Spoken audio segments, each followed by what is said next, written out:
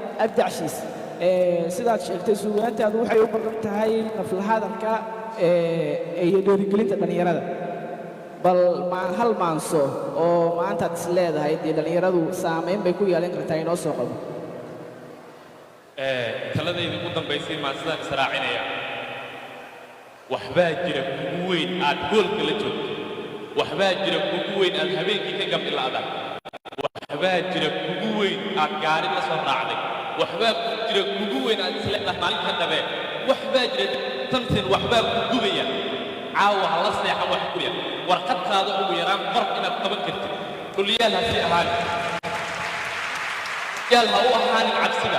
dhulyaal ha u ahaanin dadka ku liidaya dhulyaal ha u sii ahaanin casnimada ha sii dhex fadhin doqonnimada aan wax qabsan karin ugu yaraan caawo qor waxaad qaban kartid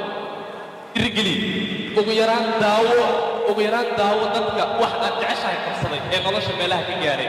maansaan idiin marinayaa magaceeda yidhaahda halgan sudciyo yaroo ka midoo qaybtayda qushaysan baan ka soo qaadanaya maansadu waxay lahayd waxaad hadimada xanuunka hortaada dhigtoo dilmaysay intaad hambigaaga doontay waxaad hagarligi dadaashay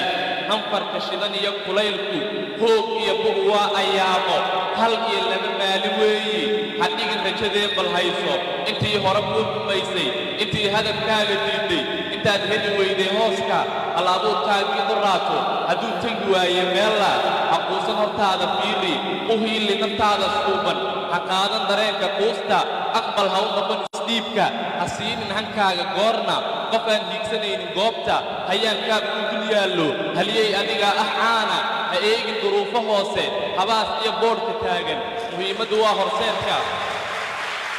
haliyey adigaa ah caana ha eegin duruufo hoose habaas iyo boodhka taagan muhiimaddu waa horseedka halkanaad hiigsanayso intaad hammi kale abuurto halgan oo hubkaaga qaado